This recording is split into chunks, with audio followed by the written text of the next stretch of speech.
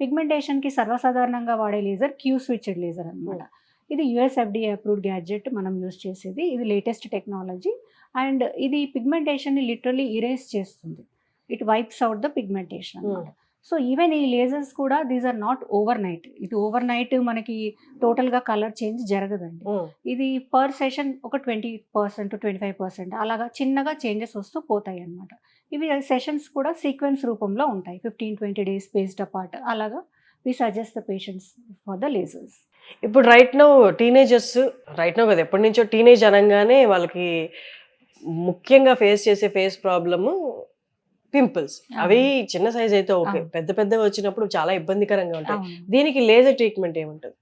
Pimples అన్నది టీనేజ్లో common అండి. Because of the hormonal shift మూలాన ఏదైతే ఆయిల్ ప్రొడక్షన్ ఎక్కువ ఉందో ఆయిల్ అంతా క్లాగ్ అయిపోయి పింపుల్స్ రావడం జరుగుతుంది. ఈ మధ్య కాలంలో ఎక్కువగా వస్తుంది.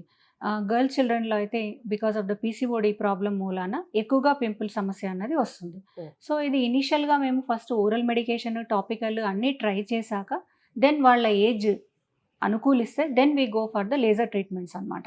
ఏదైతే బేసిక్ కార్బన్ పీల్ కానివ్వండి, యాక్నీ రిడక్షన్కి మనం వాడే క్యూ స్విచ్డ్ లేజర్ కానివ్వండి, చాలా బాగా హెల్ప్ అవుతుంది.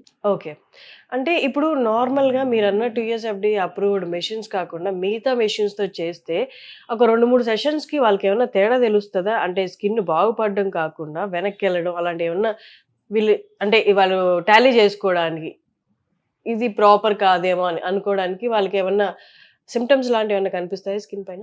జనరల్గా ఏంటంటే క్వాలిఫైడ్ ప్రొఫెషనల్ ఎవరైనా కానివ్వండి, ఒక ఎండి డిగ్రీ ఉన్న డర్మటాలజిస్ట్, డిడివిఎల్, డిఎన్బి ఉన్న డర్మటాలజిస్ట్ కానివ్వండి, they use the professional gadgets because they are more concern about the safety. We know the side effects కాబట్టి we almost always go with the US FDA approved gadgets only అనమాట. So ఇది when patient is subject to cheaper lasers కానివ్వండి, లేకపోతే not with professional అనుకోనివ్వండి, డెఫినెట్గా the skin starts to degrade అనమాట.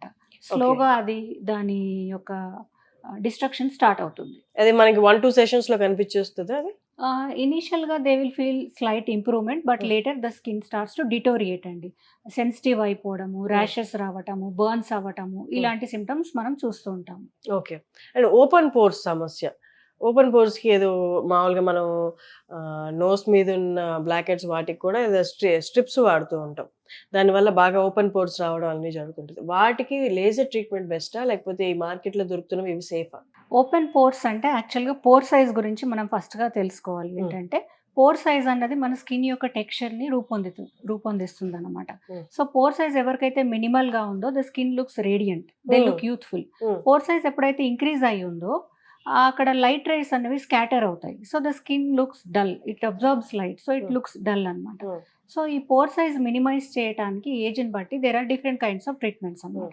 ఇనీషియల్గా ఏంటంటే మనం వాళ్ళకు కూడా oral medications, topical creams suggest చేస్తాం లాంగర్ రన్లో కూడా, విచ్ ఆర్ యాంటీ ఏజింగ్, ఈ పోర్ సైజ్ మినిమైజ్ చేయడానికి.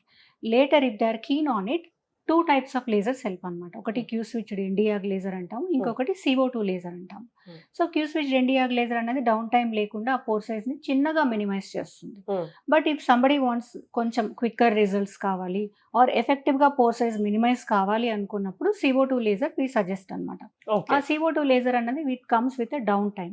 Pour size can be beautifully minimised with it over a period of time, not immediately but స్లోగా ద పోర్ సైజ్ షరింక్స్ అన్నమాట. So విన్నారు కదండి, చాలా అడ్వాన్స్డ్ టెక్నాలజీ లేజర్ ట్రీట్మెంట్స్ అనేది available ఉన్నాయి clear skin and hair క్లినిక్లో. మీకు ఎవరికైనా ఇలాంటి అవసరాలు ఉన్నాయి, మేడం అపాయింట్మెంట్ కావాలి అనుకుంటే కింద డిస్ప్లే అవుతున్న నెంబర్కి కాల్ చేసి అపాయింట్మెంట్ తీసుకోగలరు. Thank you.